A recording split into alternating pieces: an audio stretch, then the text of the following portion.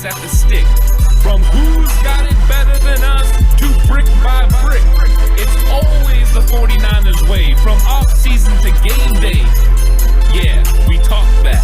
It's the 49ers Cutback.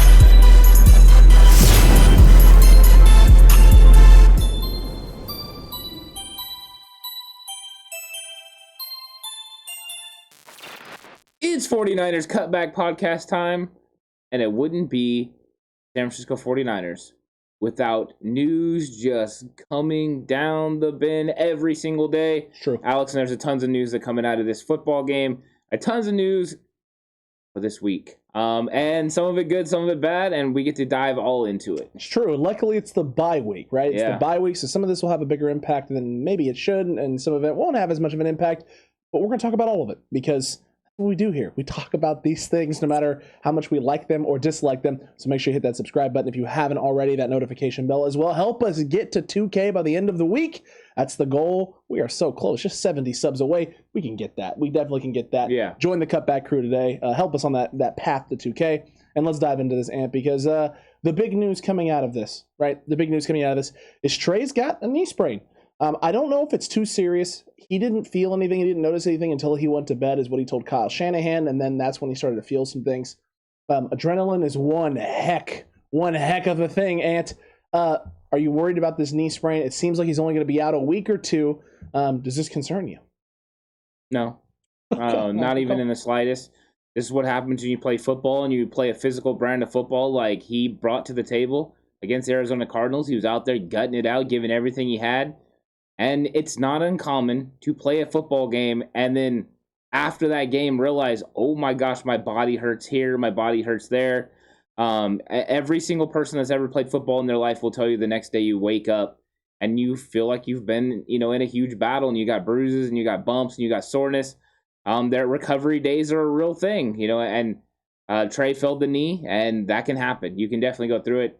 But that's also why. The fact he didn't feel it during the game means it's probably something that's a little more mild and not as bad as, what could have been.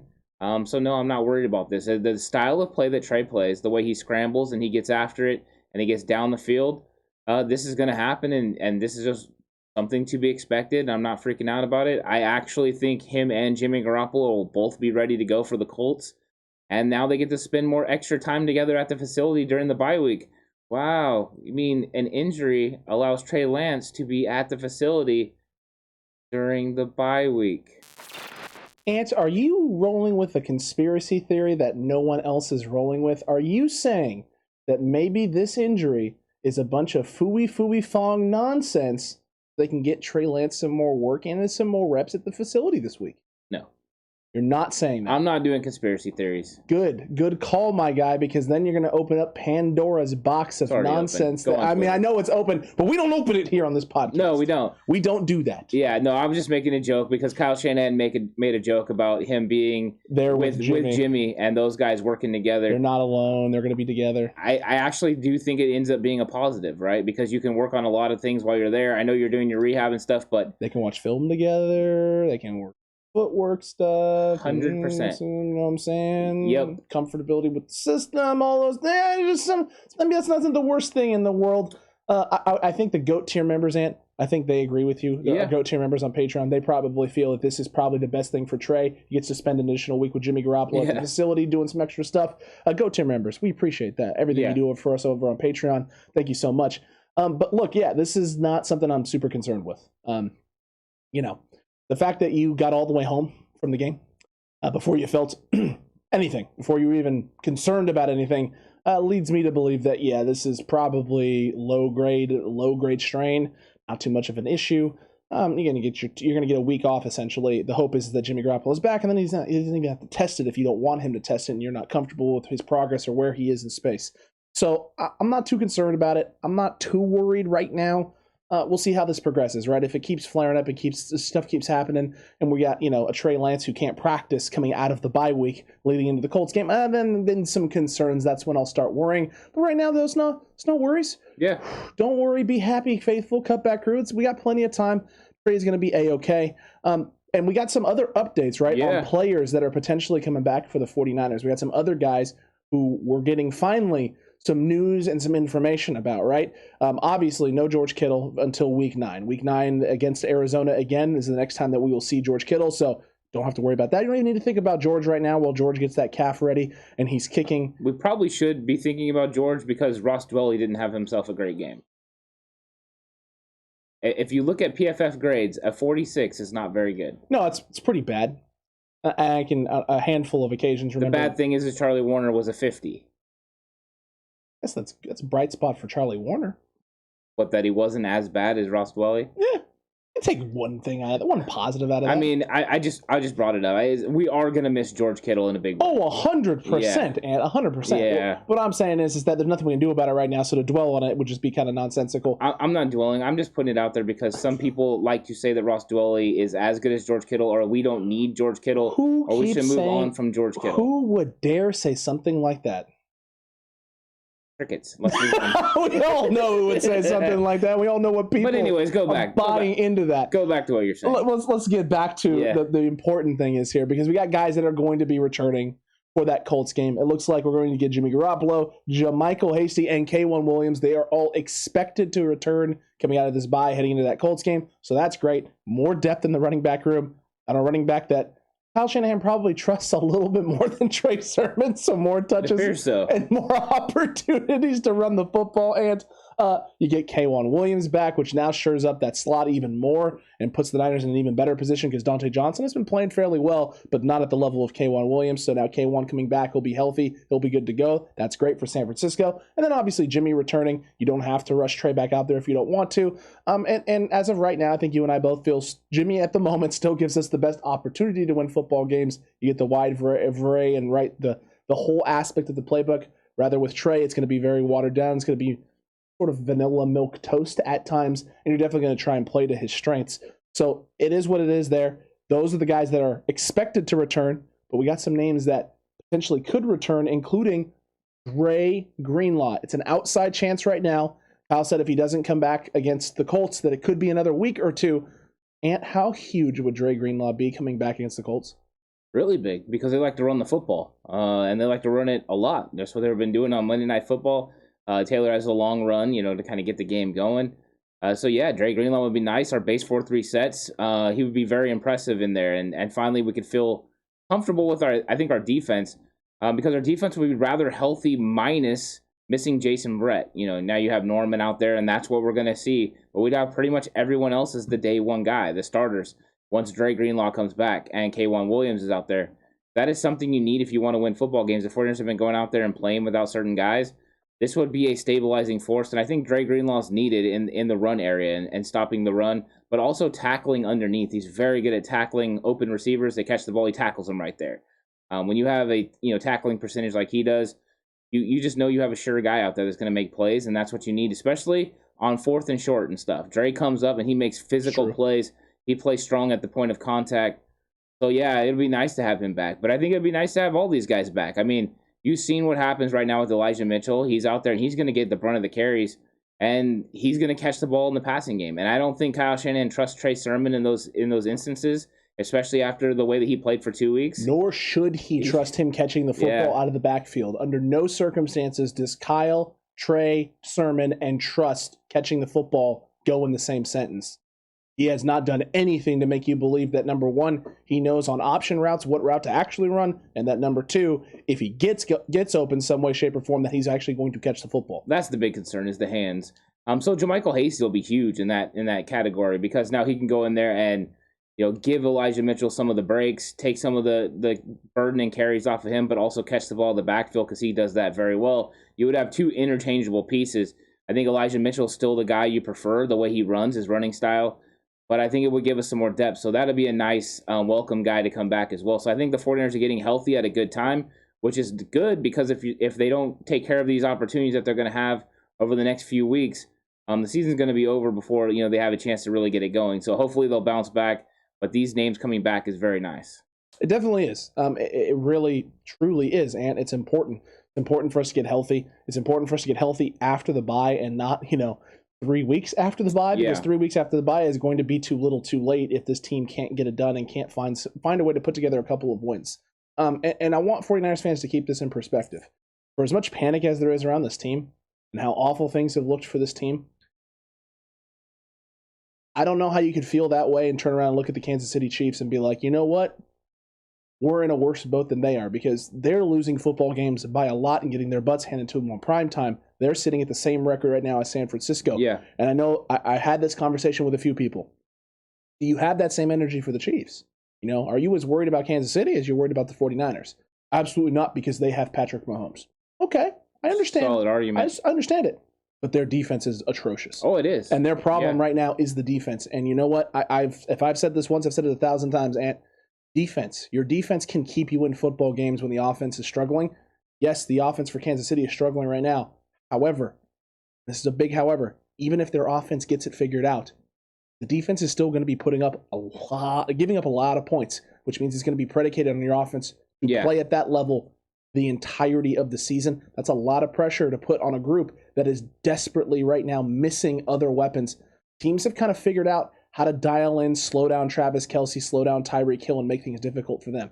San Francisco has a good thing going for them right now. The offense is struggling, yes, but it's doing enough to keep games close, and the defense is keeping the point total low. We all know that this offense can perform and produce at a higher level. Look back to week 1, look back at week 3. They can put up the points, and we know their defense can keep the score low and keep things down. They just have to execute better offensively. Yeah, 100% they have to execute better offensively. And the defense is going to have to continue to play out of their mind right now until the offense gets, their rhythm down and gets out of their way. Basically, they're getting in their own way, unfortunately. One of the ways that defense is going to help is because they've activated Davontae Harris now. So Davontae Harris is going to be back, and the corresponding move was goodbye Buster Skrine. Thank you for practicing with us, I guess. Really appreciate it. Yeah, Buster Skrine was never actually, needed. But no, he was not. Now it looks like we're going to be getting healthy, in the right spots at the right time. But you're talking about the offense, and I mean the defense is doing its job keeping the 49ers in football games. Yep. And they've been going against some of the big time hitters, as far as quarterback play. I mean the stretch that they went through with Aaron Rodgers, Russell Wilson, and then Kyler Murray. It's a rough stretch. That's no easy feat. And the fact that they played all those teams to a one-score game, it's got to make you feel somewhat comfortable with their prospects. The next up is Carson Wentz, and he's not in that category. So you definitely feel a lot better about that matchup with a quarterback. And it's going to be Sunday Night Football. They're going to be amped. Hopefully the 49ers are going to bounce back in a big way, but you're getting reinforcements at the right time. Absolutely. Also, if you have anything that's been nagging, lingering, you have a little bit of time to get it healthy. So this is a good opportunity for the 49ers to get it together. I'm still confident about the football team, but the rhythm and things that they're doing on offense, if you look at Detroit and the rhythm they had in that game and that practice plan or game plan and how they executed compared to what we saw, even in Seattle, the first quarter was, what Jimmy did in that first drive, it was the same thing. So I think some of it is circumstance and then some of it is execution at the same time. So I want to see what happens if you have all the players, because if you have everyone out there and then the rhythm and everything is still off, then there's other questions, right? But when you're missing pieces, things are just a little off. When you have things that are going in motion, you're missing one of those things, it skips a beat. And that's what people don't understand about, the chemistry and you plug in another player, you say next man up, that's a true statement, but that next man can't reach that level, right? Correct. You have George Kittle that's up here, you put in Ross Dwelley, he's here. So that might have been a little high for him, not gonna lie. I'm just saying the rhythm goes like this. You're moving at this pace with George Kittle, but with Ross Dwelley, it's gonna jump, it's gonna bounce. And it's just, it's realistic. It's realistic. And I think that missing too many guys does affect you. And yes, we expect Kyle Shanahan to overcome everything, but you can't sometimes. Look, can I be even more honest than what you were just at? Is there more honest? Because I was speaking truth. You were speaking truth, Dan. I'm just kidding. I was just messing with you. No, but you are speaking truth. Like all those things are accurate. But there's one common piece between the struggles of the offense last year and the struggles of the offense this year.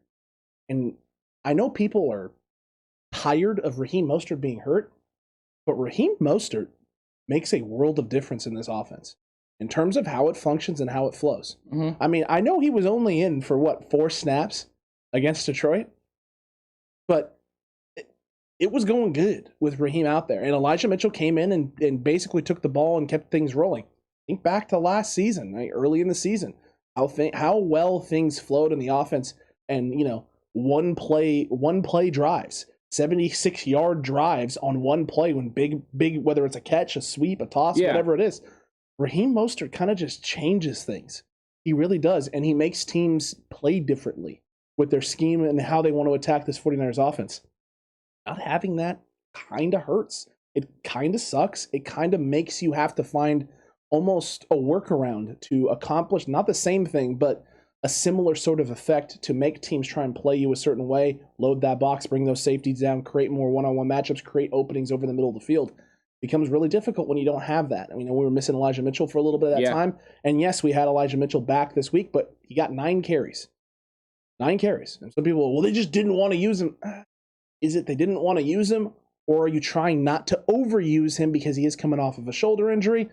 He's a guy who tends to play physical and run downhill, and he's not afraid of contact. He's not shying away from it. I saw him lower his shoulder on a couple occasions, and I'm just like, every time he does it, I'm like, Elijah, we need you. We desperately need you. We already know what's behind you and what Kyle doesn't trust right now. Like, please.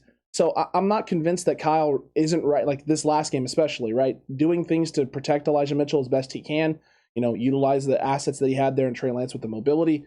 But, I mean, 49ers fans, be honest, part of the reason right now that there's a downtick in production with the offense, you're reestablishing an identity that you don't have with Raheem Mostert out and that you didn't have with Elijah Mitchell in, trying to find your groove again. Yeah, I mean, I think it does make a big difference. I mean, you go back and they were able to get big performances from Matt Breida and Tevin Coleman against the Panthers in 2019. It seemed like there was always somebody stepping up in the running game, and the running game was so creative. And the running game hasn't been as good as it was. And, I mean, a lot of it was for 2 weeks we were playing with Trey Sermon and whoever they signed off the street. And Trey, be real. We need to be real, right? Trey Sermon is not Tevin Coleman. He is not Matt Breida. No, he doesn't have a dynamic speed. No. Both of those guys are pretty fast. They have the athletic ability to get to the outside and do the things that Elijah Mitchell did. There are plays that they ran this week that Trey Sermon cannot run. He would have gotten tackled in the backfield, but because Elijah Mitchell has that elite speed, he's able to get to the outside and get positive yards and big positive yards. He runs through gaps and holes that those guys used to find. Even Matt Breida would try to bounce them, but Tevin Coleman would find those holes. And I know Tevin's not exactly the most liked player in San Francisco. That's right. But some of his running style, it is very very amenable to Kyle Shanahan's offense and the way that he runs his scheme. So finding someone like Elijah Mitchell was important. That's his style. That's his Tevin Coleman and Matt Breida combined player. He found a guy that does both.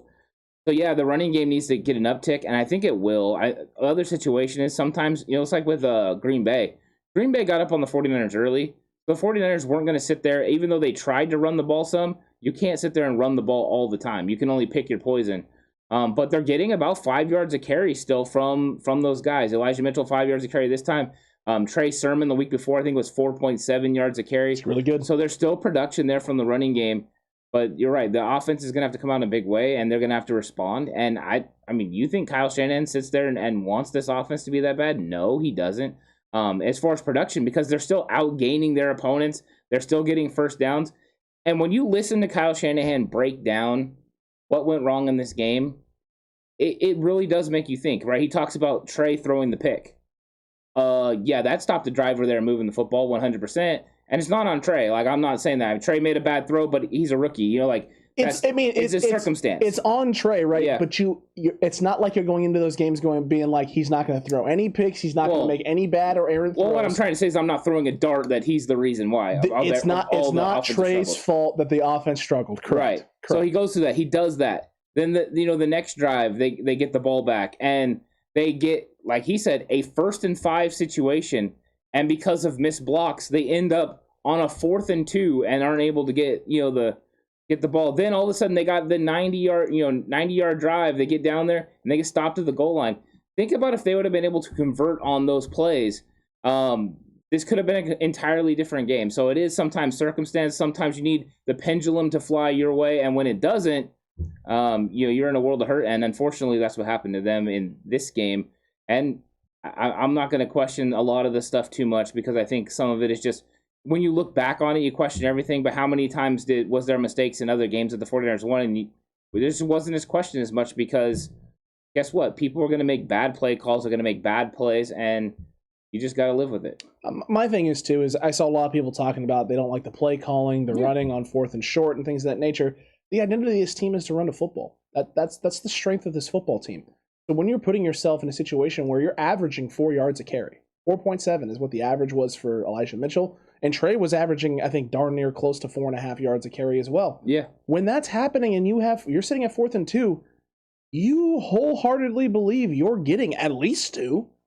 You're going to at least get the half of that and get the first. I mean, there's no reason not to believe those things. So when you're dialing up plays to get Trey the ball, even if the other team knows that you're running the football, when you're 1st and 10 and you're San Francisco, the other team knows that you're probably going to run the football more times than not. They're loading the box and sending run blitzes and prepared for it, and we're still getting 4 to 5 yards a carry on those plays, and sometimes it's even more than that. Yeah. So it doesn't matter if a team knows that you're going to run the football or not. It comes down to in the situations where it's mano-a-mano, right? You know what you're doing. The other team has a good idea of what you're doing. Can you execute? Can you execute in those moments? And on Sunday, they didn't. And this has been a common theme throughout the season so far. In situations where a team has a good idea of what San Francisco is doing or knows how important the series is, the offense has not executed in those moments. Not 11 guys. You might get 8 guys who execute. Yeah. We've seen plays in the All-22 film where 10 guys execute and 1 guy does not, and that's the difference. The 1 guy who doesn't, his man is the guy making the play. 1 guy for the opponent team executes at a level higher than that of our guy, and that can be the difference between you getting the 2 yards that you need, you converting that 3rd and 3, you getting yourself from a 3rd and 8 to a 3rd and 2, and putting Kyle in position and good field position where he's going, I got to go for this here. It's 4th and 2, it's 4th and 1 from the 50, from the opponent 45. We can get this. I want 7. I don't want 3. I want 7. Let's push this thing in right now. I have faith in my guys. We got to give ourselves those opportunities. We have to convert on those opportunities. I'm not going to knock Kyle Shanahan for wanting to utilize the strength of this football team to move the ball and win on situations where they're supposed to win. Never going to do that. It doesn't make any sense to do that. I would be questioning it if he went 5 empty and started chucking the ball deep downfield on 4th and 1 all the time. I'd be like, dude, what are you doing? That is not what this football team is built around. That would make me, I think that this guy is trying to be too cute. He's trying to be too fancy, and he's not trusting his guys to rely on their strength. I would rather him right now try and rely on the strength, do the thing that we're supposed to be great at, and if we're not getting it done, okay, let's take a look in the mirror. Let's figure out why. Let's clean those things up, and let's make ourselves be that team. Because guess what, folks? You know what no team is going to do on 4th and shorts from now on? If we can't convert them, running the football on 4th and 2, they aren't going to fear the pass. They're not going to do that. They may even at times, they're going to dare you to pass. They're going to load that box in and be like, you're not going to be able to run, try and beat us with that throw, or sit back and go, can you beat us with the run? I mean, it's going to make it a lot easier for teams to do things if we can't convert on 4th and short. So 4th and short, we got to clean things up. We got to be able to do it with the run. I think you're going to see Kyle kind of find a medium on how he handles 4th and short. I think that this was a circumstance where he looked across and he saw a great offense. He had a rookie quarterback and he knew what his offense was for the game. He probably had a thought that they could score 20 or 24 points in this football game. And that was the max that they were going to be able to pull off. And he knew he had to keep Kyler under that, and one of those ways was going to be able to keep Kyler off the field.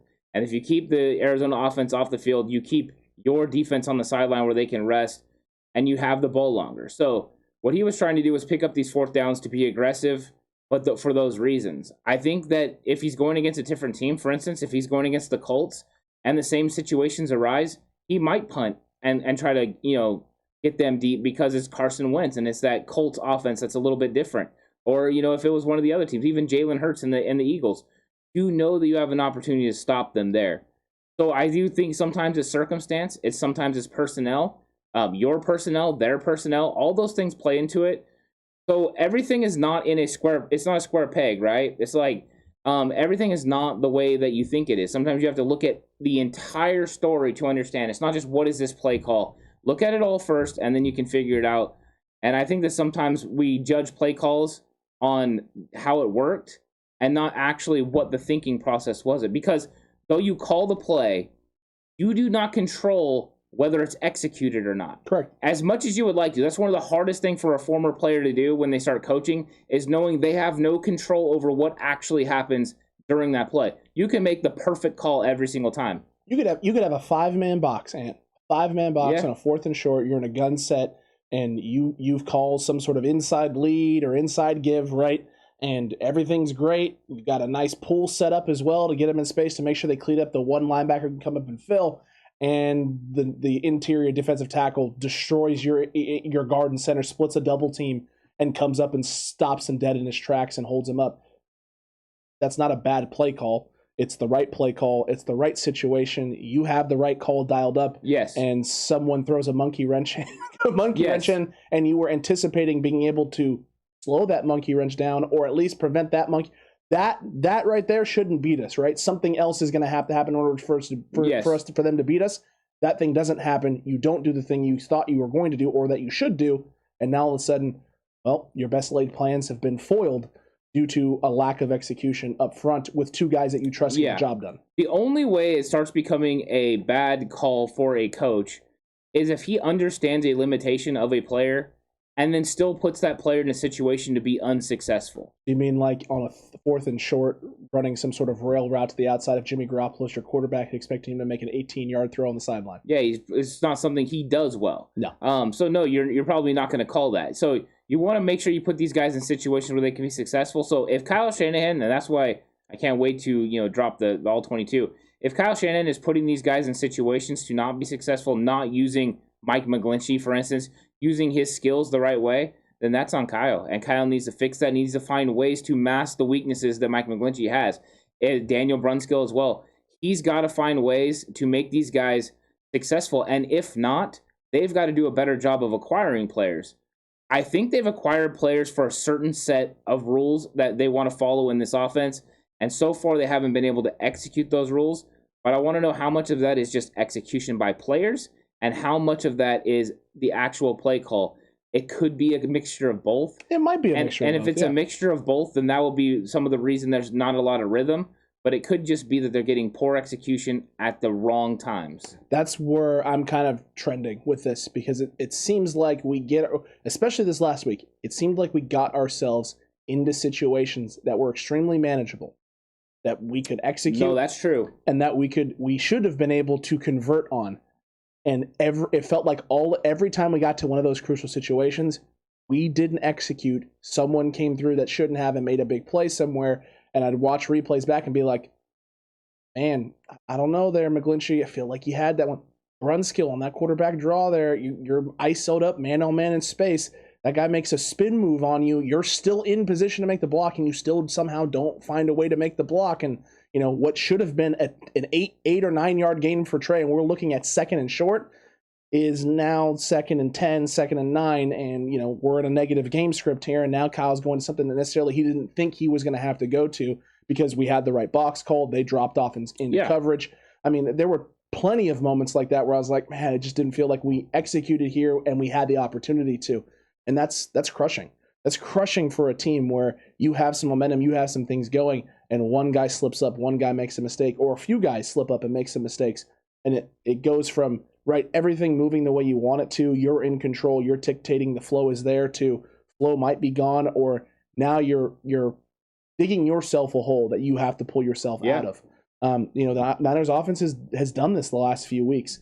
Last week it felt like it was a little bit of both, right? It felt like it was a little bit of execution and a little bit of play calling. This week I didn't feel like it was play calling because we were in extremely manageable situations. It felt like execution, but all 22 film is going to speak. This is going to speak the truth, right? We're going to see it with our own eyes and know for sure what happened. Was it play calling? Was it execution? Was it both? We'll see. I think Kyle's going to have a real conversation with Coach Forrester, the offensive line. They're going to have to look at each other, and he's going to have to go down this and hey, and I'm sure Kyle has a pretty good understanding already, but you talk to your position coach and just see, can this guy handle this situation? Can this guy handle this situation? And if they can't, they got to figure something out. We've got to help here. We've got to do this. And you have to change plays from being what potentially you want to do as an offensive play caller is have plays that are going to be 8, 10, 15 whole shot plays to, you know what, we're gonna get out 4 or 5 yards because we've got to help Daniel Brunskill with Alex Mack on this, or we've got to chip and help Mike McGlinchey on this pass play, and I can't get the extra guy in a route. They're going to have to go through and they're going to have to make all these adjustments. They have the bye week to do that now, but we're going to have some real conversations in these rooms. This is where coaching comes in. Kyle Shanahan is going to coach his coaches, and he's going to, get information from them. That is all the things that happen behind the scenes that's going on. And then these coaches have to go and take it to their players. At the same time, you're challenging your players to play better. You want them to be realistic too. Like, hey, coach, I can't get there on this. I need help. And once they're able to do that and they're transparent, you can come up with game plans to execute and get it done. Will it be as explosive as you ultimately want it to be? No. But can it get it done enough to win football games? Yes. Look, this is the thing, too. A lot of the outside, we haven't seen a lot of outside zones this year, like it stretches and things of that nature. They're taking it away. They're 100% taking it away. But here's the other thing, too. I have seen a lot of times where we've tried to get wide in certain situations, and we've seen this now. I've seen it from Trent Williams. I've seen Lincoln Tomlinson fail at this. I've seen Alex Mack fail at this, Brunskill, and McGlinchey. All of them fail at this, where they got a guy really far across that they're trying to literally reach through on those blocks, and they're getting beat on occasions, and it's always important, right? It's always important downs and distances. Right. Second and medium, third and short, fourth and short. This has happened now all season through the first 5 weeks. That's one of those conversations they're going to be having. How far is too far for you guys? How far is too far? How many times, when should we be looking to get away from this? When do we need to have or maybe implement a new call, something, right? Or implement a call and execute better in terms of getting some more help here and establishing and making sure that you don't have to try and get across this guy's face alone. You have a little bit of help here to help you establish and then be able to push this guy down the line, flow, and then hopefully that cutback angle creates itself. Yeah, I mean, you might have to have help to help you get the guy and eventually get across the face, or you change the hole and you start kicking those guys out and running underneath it. Both of those things are possibilities. I think there was an ultimate plan to get an inside zone run game going this year. I think they knew they had Raheem, that he could get everything going to the outside with that extreme speed. And they thought Elijah Mitchell could run some of the inside stuff and be that difference maker there. But I don't think that they thought it was going to be this bad as far as the blocking goes. I thought they were going to be able to execute at a high level. And actually, through the first 2 weeks, I thought they played very well, the offensive line. And Detroit, I thought they handled business. And then when you got to Philly, they were going against a very good defensive line. I thought they played adequate. The shocking one was Green Bay. I did not think Green Bay was going to be able to handle them. They threw some different looks at the offensive line that the offensive line wasn't ready for, and they took advantage of it. And then Seattle, really, the one guy that made the most difference was the nose tackle. And he's been playing very good, not just against them, but against the Rams as well. He's showing up in a big way. But there's going to have to be some adjustments, but this is the time. This is the time to calibrate, these are what teams are doing to us. This is what we need to do to counteract that. And they've got to come up with it. Now is the time to prove what you can do as an offense. And I'm not saying as an offensive play caller. I'm saying as a complete offense, coaching staff, putting it together, whether that is Coach Embry, the tight ends coach, getting those tight ends that are not George Kittle up to speed as far as blocking, getting their bodies in the right position, or if that's Coach Forster getting this offensive line, to the point where they can execute these plays. And then on top of that, Mike McDaniel putting in some run plays where these guys can be successful. You saw a little bit with the Trey Lance fake on the quarterback power. Elijah Mitchell gets around the outside. That is a complete deke, right? Your read is watch those two guys. If they go, look at Trey. He's going to take you to the play. And because of that, Mitchell goes around the outside. You never send a running back naked like that out. And so that was a great play call and a great design. That's kind of the things I'm talking about. There's still some of that magic there. Just when the execution is not there, it doesn't look magical. It looks really terrible. No, it makes it look like, they just knew what you were doing and you're not being creative enough. Maybe they do. Maybe they do know what you're doing. And this is something you and I were talking about pre-show a little bit. It's year 5 for Kyle Shanahan here. Teams are starting to get a little bit better idea of how he wants to establish the run and what certain fronts and looks. So Kyle is probably going to have to take a look. And you know what? You and I both know this. We coached. Yeah. You're always taking a look at yourself. Yeah. It's all about extreme accountability. You cannot go to your players and be like, hey, you need to execute better. I'm calling the right plays. You have to look at yourself first. Am I calling the right play? Yeah. Are we executing? No. Why? Why are we not executing? Is it something that I have schemed up with the blocking that isn't working? Have I, overvalued someone's ability in the run game as a blocker? Am I not accounting for, a certain guy that they're bringing into the box that I should have? As a coach, you start with yourself first. What are you doing? What have you done? What have you schemed? What are teams doing? And now what mistakes have I made? Because you may have been trusting Mike McGlinchey or Brunskill or Banks or whoever to be able to make certain types of blocks that they're just not making right now. That isn't necessarily the fault of your offensive line. It may be on you because maybe you put too much stock in their abilities as a coach. And so now you have to readjust, take a look, and like you said, right, have those conversations with the coach, have the conversations with the players. What are you struggling with? What are you not? What are you seeing that I'm not? How can we fix this? Because fixing it will lead to success. This team is one scoring drive away from winning football games. Yeah. We're not getting blown out of games. It's not happening. Yeah. You can fix this. All of this is fixable. All of our fortunes can change. And the best part is we now have a full bye week, right? Pressure is off. You don't have a game plan to start prepping for.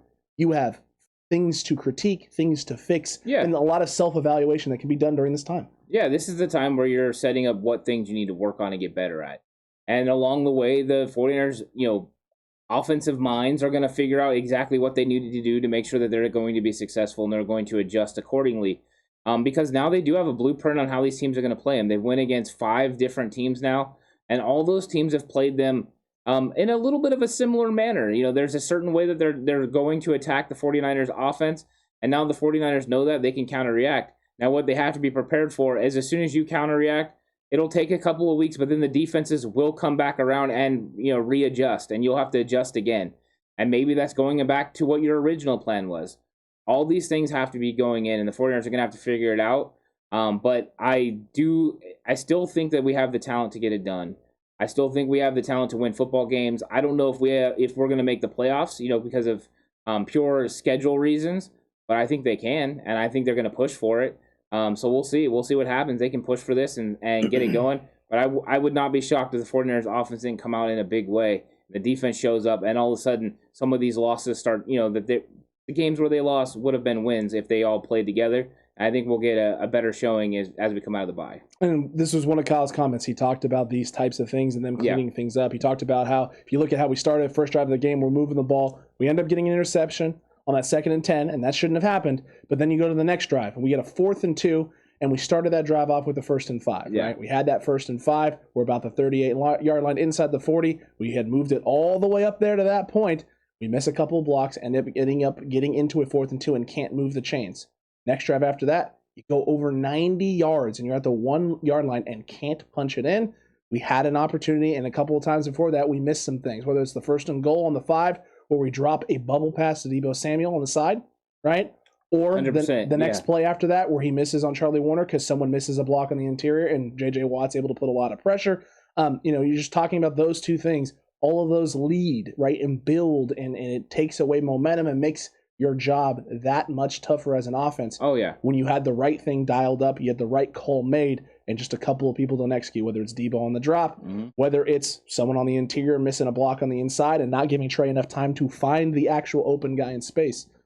It's just that I feel this is what I felt post-game afterwards is, man, we had a chance and we just some plays, right? Just a couple of plays, we let some things slip away. Just a couple of things slip away. And if we don't do that, and we're talking about how this team right now just had a big upset win over the Cardinals. We could even be talking about this team being the only undefeated team left in the NFL right now at 5-0. All of those things are in the realm of possibility for the 49ers. So if you're a fan, if you're a member of the Cutback crew, or you're us, right? This team is not is by no means dead and gone. The season is not lost, and hope is, for naught, and it's just darkness everywhere. No, there's a lot of light around us, and it's time for the 49ers to start going towards that light, basking in it and start pulling off great plays. I don't know if they want to go towards the light because the light is usually where death is. No, not that kind of light, and not that kind of light. Okay. Not that kind. The light at the end of the tunnel. It's the lighthouse that's sitting there guiding the way out of the deep water. Okay, Alex, I appreciate that reference then. It's the light at the end of the many tunnels that we could take to get out of the nonsense that we're getting. Just be wary. I've watched enough cartoons to know that light could be a train coming towards you to run you over. Touche. But no, Wile E. Coyote. Yeah, I get what you're saying. And you know what? I think that it's all about winning. And if the 49ers win against the Colts, everyone will settle in and be okay with it. But Kyle Shanahan's got some big questions that he's going to have to get answered over the next couple of weeks. Is it going to be Trey Lance? Is it going to be Jimmy Garoppolo? Is it going to be Nate Sudfeld? One of those three will be the starting quarterback. And I have a feeling it's going to be Jimmy Garoppolo. And I think that's, going to upset a lot of people, and people are going to really question, what is going to happen. I think it would have been a harder decision if Trey wouldn't have the sprained knee. But we'll see what they do. We'll see how this how this happens. But I do think Trey Lance changed some things. I think there is now a possibility we see more of Trey Lance in football games because he proved that he could execute at a higher level than what he had done in the limited amount of time that he was in. And he's not going to cost you football games, Ant. No, he's not. Only having one turnover in your first game on the road, I thought was an impressive feat. I thought overall, I thought he looked pretty good, and I have no complaints about what he did. It was I had expectations for him, and I thought that he met those expectations in that game. And I'm encouraged with what he can do in the future. And we'll see what Kyle decides. We'll see if Kyle decides that, go the young guy. Will he Jim Harbaugh it? Or, will he stick to his guns and know Jimmy's my guy, and Jimmy's the guy that's going to play quarterback this season? I don't know for sure. We'll see. No, I don't want to even pretend to know what's in that man's head. Absolutely I have no clue whatsoever. Yeah. Cutback crew, though, let us know what you thought about all of this. Are you worried about Trey Lance's knee? Do you like the roster moves? Are you excited about some of the names coming back? You're sitting there going, well, wait a minute. What about Jalen Hurd? Are there any updates on that? Not really. Everything's kind of still in the stall pattern with Jalen. We're not sure where it's going to be. You got Jeff Wilson Jr. now, who Kyle has stated now it's late November for Jeff Wilson Jr., so closer to weeks 11, 12, 13, things of that nature. So end of the season for Jeff Wilson. Are you one of those people who's like, oh, man, we just need to get this guy back sooner, or we'll take him when we can get him? Or if he's going to be back that late, just shut him down for the season? We want to hear all of those comments down below. Let us know what you're feeling. Let us know what you're thinking. And let us know if you're happy that it's a bye week and you don't have to worry about a 49ers win or a loss. No matter what, folks, we're coming out of this week with no losses as we build towards the Colts in week number 7. Yeah, you know what? I think that sometimes the bye week comes along at the right time, and I think it came along at the right time for the 49ers. It did. I'm going to miss the excitement of 49ers football on Sunday, but I'm also not going to miss the stress of 49ers football on Sunday for 1 week. We'll take a break. We'll enjoy the games that happen around us. We'll root for everyone to beat everyone in the NFC, and just enjoy it. Absolutely. You got to enjoy it. You got to enjoy it while you have it. GOAT tier members over on Patreon, we thank you. Thank you so much for all your support, and all of our patrons over there as well. We cannot thank you enough, whether that's a classic Shooter 37 Frank or Candy R. Caleb, who loves himself, right? He loves himself some big yikes. He is a big yikes connoisseur. He indulges in all of the big yikes. Yeah. We had a great episode yesterday of Big Yikes that introduced a brand new segment where you tell that mean ocean. So if you want to see who's yelling at the ocean and what they're saying, head on over to Patreon. That's a lot of fun over there. But Ant, good day. Yeah. Right? Team's fairly unscathed. We got a whole week to rest up. We got lots of 49ers content this week to discuss. Yeah, we do. And I think we might have forgot to bring up Marcel Harris. Oh my gosh, that's right, the thumb. The thumb. He had a fractured thumb in the game, and he had thumb surgery. So he's going to be out until after the bye, apparently. Kyle Shanahan acted like he was going to be good and ready to go. So we'll see if they make any corresponding moves, if they end up putting him on short-term IR and maybe signing someone. Because if they do put him on short-term IR, you'll either see Nathan Jerry or you'll see somebody like Michael Kendricks. I was going to say, hello, Michael Kendricks. Yeah, it'll be one of those guys maybe. Or they just go, you know what? We're going to Hufanga it. That could happen as well. Hey, man, he looked good out there. It might be time to get some more Hufanga in the game. Well, we definitely are going to need a solid third linebacker against the Colts because the run fits are going to have to be on point against them. Well, hopefully it's just Dre Greenlaw, and we have nothing to worry about. I'm good with that. Cutback crew, let us know about all of it down below in the comment section. Make sure you're subscribed if you haven't hit that subscribe button already and that notification bell because you don't want to miss anything coming out here on the YouTubes, which is a lot. There's a lot of things daily. It'll be a little bit slower over a week. Won't be as crazy at the end of the week, but you know what? That's okay. You get a break, you get a breather, and then next week, all of the content all in your face. You don't want to miss any of it. And until the next one, Cutback crew, stay safe. Remember, the right way is always the 49ers way.